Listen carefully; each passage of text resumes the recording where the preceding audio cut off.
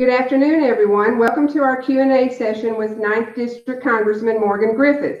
He has been our representative since 2010 and is currently serving his 4th term. At this time, I'd like to introduce Congressman Morgan Griffith.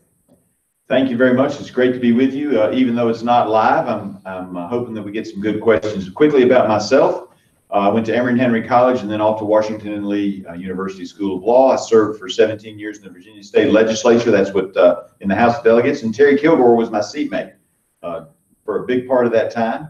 My mother always wanted to make it clear to me, and she's doing quite well at age 87. As a school teacher, and particularly teaching middle school in the latter part of her career, she said, Morgan, make sure whenever you're doing political stuff, you talk to the students, because what we do in Washington, D.C., and what we did when I used to be in Richmond is far more important with what's going to happen in your lives than in my life, because, look, I'm getting old, let's face it. With that being said, that's a brief background. There are no bad questions, and I would just love to hear from y'all, so I'll try to answer your questions as quickly as I can, because we only have about a half an hour. All right, so I'll just start with Ms. Jones. Ms. Jones, can you unmute your mic?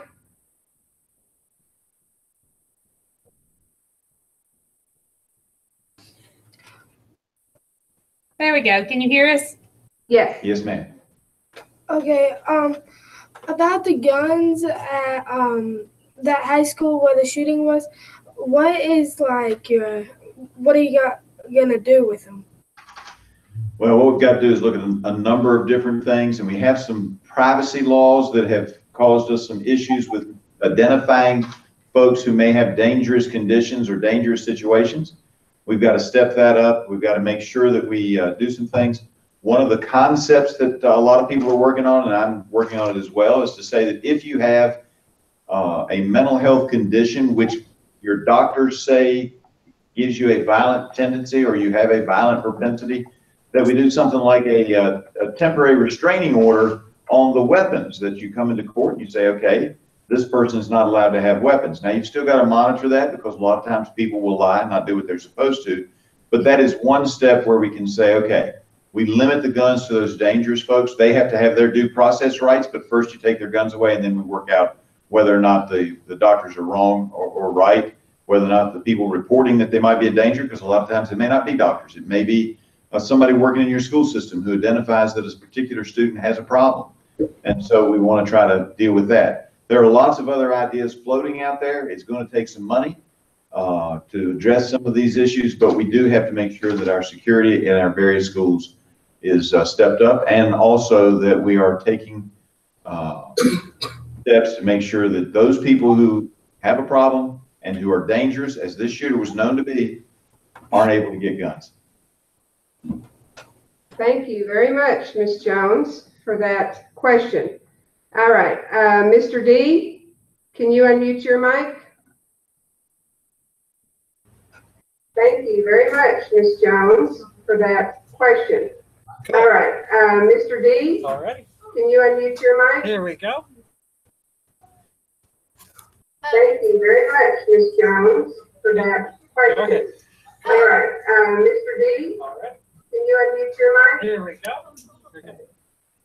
With the stuff that's been going on with the shootings, how much heavily do you think we are going to have to enforce them? We have a technical difficulty, and there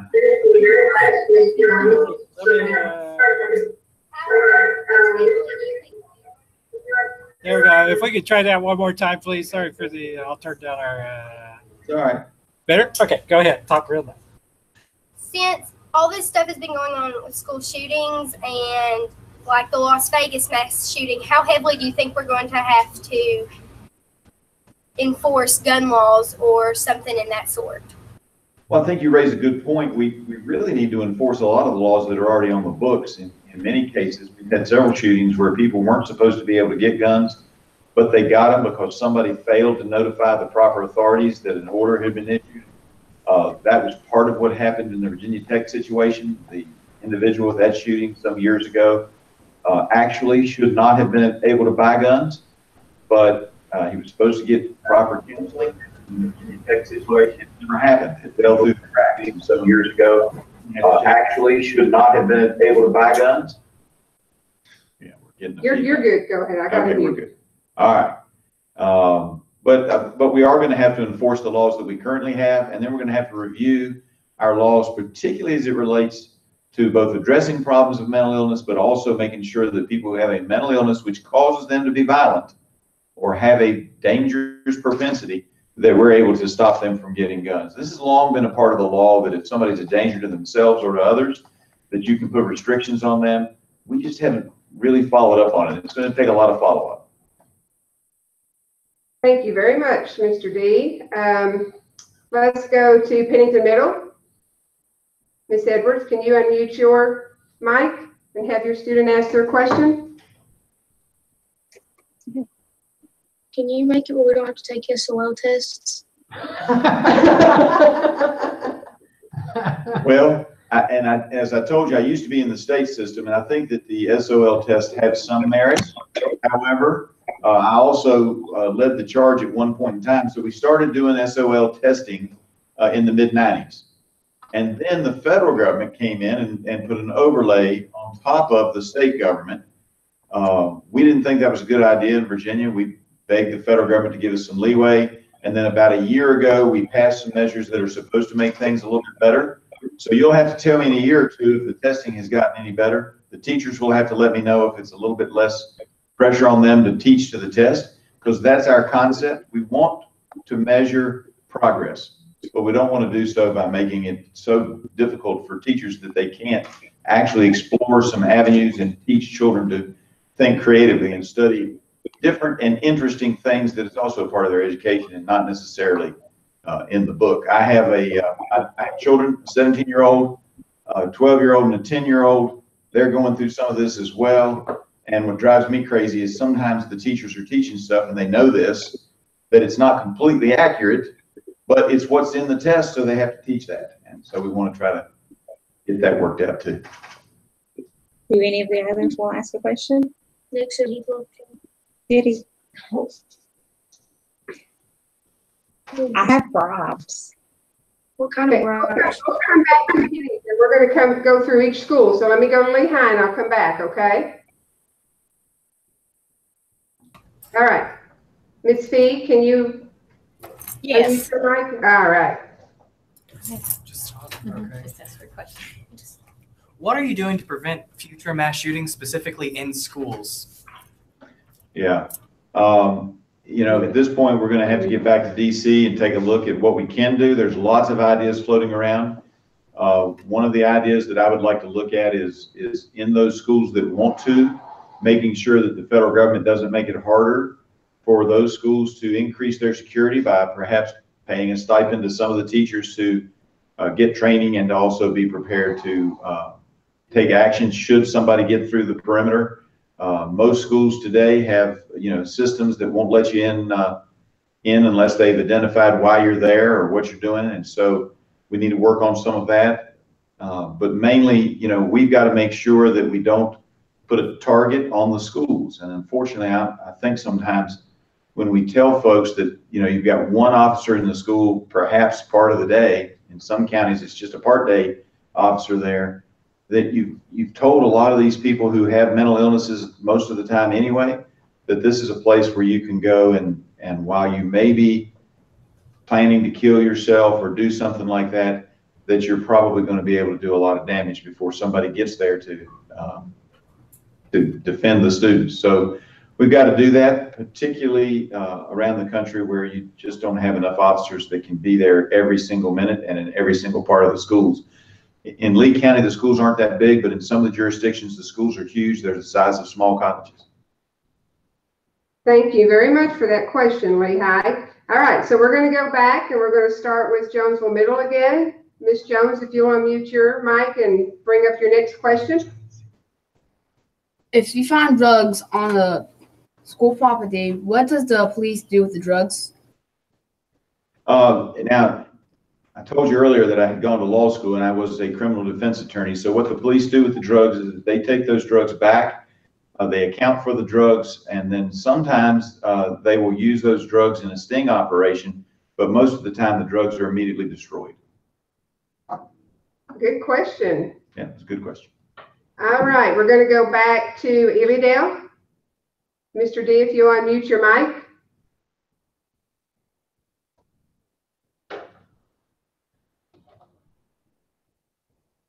And we're ready for your next question.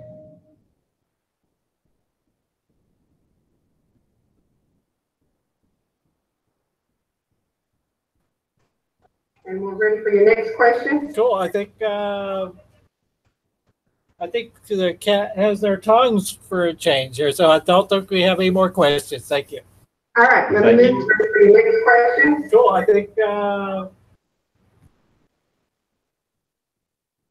All right, Pennington Middle.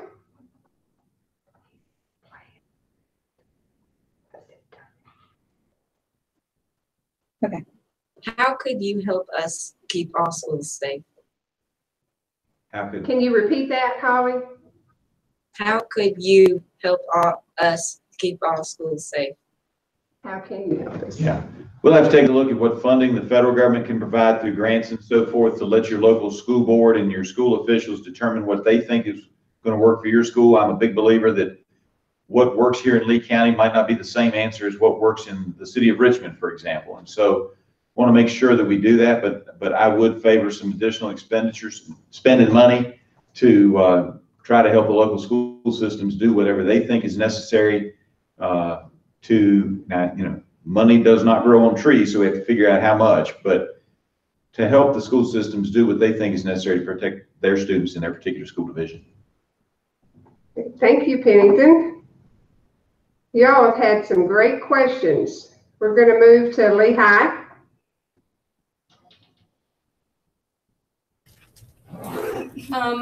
As school shootings has occurred in the past, why are they just now being focused on when there's been multiple until this What happens a lot of times is that whenever there is a school shooting, people start paying attention. I can tell you the state legislature worked very hard to fill the gaps in the state law when right after the Virginia Tech shooting to try to get those laws better so that we could prevent people who have violent tendencies and have mental illnesses from being able to get guns in the Commonwealth of Virginia. We filled in some of the gaps. That doesn't mean we've got it completely fixed, but that's one. The other is a lot of times people don't realize that we're working on these things because when you have a lot of folks working together, they don't realize that you're actually doing some stuff behind the scenes. So for example, there was a bill a year, maybe 2 years ago now, called 21st Century Cures, and included in that was some additional mental health money, specifically because we knew that this situation was going on. I serve on the committee that drafted up a lot of that language. There was some language related to privacy laws that I wanted to go a little bit further. We couldn't get the language exactly worked out, so we had to leave that behind. I'm sure we'll work on that again. But we put more money into it, and we identified some of the areas of problems. For example, a lot of times people talk about profiling. Well, one of the interesting things that we discovered, while there are exceptions like the Nevada case and like the gentleman or the person who was the shooter at Virginia Tech, they didn't fit the mold. But interesting, most of the school shooting situations and mass shooting situations, if it's not a terrorist act, it's done by white males between the ages of 13 and 28. So we're doing a lot of research in those areas. We're spending money on that. So it's not just that we've just now are working on it, but every time there's a horrific shooting like this, we redouble our efforts and we all try to work together. And we won't always agree on each side of the aisle, but I can assure you that Democrats and Republicans both care about these issues. We may have different ways that we think they ought to be fixed, but everybody cares, and we're all going to try to work together to figure out the best way to do this. And there will be some who will want to make political points, but the vast majority on both sides of the aisle just want to make sure our kids are safe. Thank you very much, Mr. Griffith. Thank you, Lehigh. We're going to go back to Jonesville Middle. Ms. Jones, do we have someone else with a question?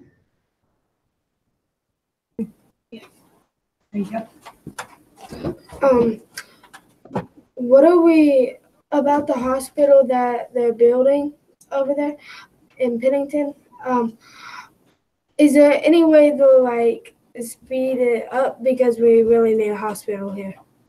Yeah, you certainly do need a hospital. I can't tell you how we might be able to speed that up. Most of that is going to be, at least initially, state action and local action. Now, there are some things that we can do, and I actually talked to one of the companies that's looking at opening up a Lee Hospital.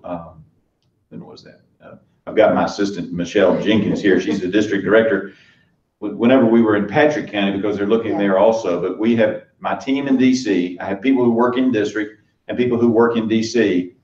They've already identified the people in the various agencies that once we get up and going, how do we restore and make it a little bit quicker to get them? So once we have somebody who has an agreement, we step in and try to help get the federal numbers done. There has to be a number for Medicaid, Medicare, it's called CMS agency. You have to have a number for them to get reimbursements. And then you also have to have the ability to use controlled substances. So you have to work with the DEA.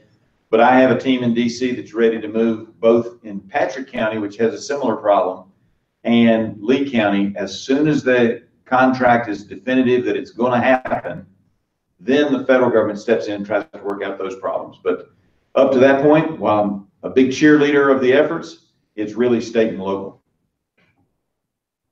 All right, that was a good question. We got away from our other topic and got some other ones in there. All right, Pennington Middle School, do you have another question for us? How do you become a congressman? Okay, it's a great question. Anybody who's over the age of 25 years can run for Congress, but most of the time people like to elect folks to Congress who they have seen out working in the community or out doing things, that they've got a track record. So usually it's a little bit older than 25. That's not always the case, but usually. But folks want to see that somebody's going to go up to DC with the energy to try to make changes and make things better for the people of the district. And so what you have to do is you have to do a lot of work. You go out and you talk to a lot of people, but you also have to have done some things. Most people don't want to elect a couch potato. So if you're just sitting at home and one day you decide, I think I'll run for Congress, you have every right to do that. But it's highly unlikely you get elected because you can't say, well, I was president of the chamber, I was president of the regional, this, that, or the other. So you need to be able to show people that you have stuff. When I first ran for Congress, I'd already served in the state legislature. I had been the majority leader there and one of the leaders in Virginia. And so people knew that I was hardworking and conscientious. And while my opponent in that first election was a good person, he'd been there for a while and people felt like he might be out of step with the issues of the day. And so we were able to get a majority, just takes a majority of the votes in the 9th district. But the 9th district has 29 different geopolitical subdivisions. Now I'm sure you're wondering, what is that? Those are your cities and your counties. The towns are included as a part of the counties. So we don't have them as a separate division when I say 29 divisions, but it's about 6 hours from end to end if you were to drive it all at one time. I represent a place called Covington, a place called Martinsville, Salem, and everything else all the way down to, of course, Ewing and the Cumberland Gap. Awesome. All right, I think we have time for one more question. We're going to go to Lehigh. If you'll unmute your mic. Yes, ma'am. What is your opinion on getting metal detectors in our schools? You know, that would have to be a local decision, but you know, as I said, if we could create some kind of a grant program that would allow the various divisions across the country to apply for some money, I would have to support that. But your local school board would have to decide whether they think metal detectors are appropriate for your school division. In school divisions where people are constantly bringing, you know, bullets or weapons or knives to school, that may make sense. I don't want to speak for your people in Lee County, but my guess is that that's not your biggest problem, but you still need to maybe look at ways that you can make the schools a little bit safer, just because you'd always prefer to do that ahead of time than after the fact. Right, and I guess we should be thankful that that's not a big issue for us right now. Absolutely. Hopefully. So, absolutely. It can happen anywhere, but it is probably better here than in some places. Exactly. So everybody's got their own little things to deal with. So hopefully, you know, we don't have to think about that too soon. So before we leave, Ms. Jenkins, do you want to jump in and wave to everybody? And we appreciate all of you all getting on. Thank you. Hello, everybody. Moderator. Have a good day. And for helping with us, we want to thank Mr. Griffith for coming. Great to be here. And thank you all for jumping in our Digital Learning Day. And we hope you join our next session, which is music across the county with Ms. Belcher and some of our music teachers.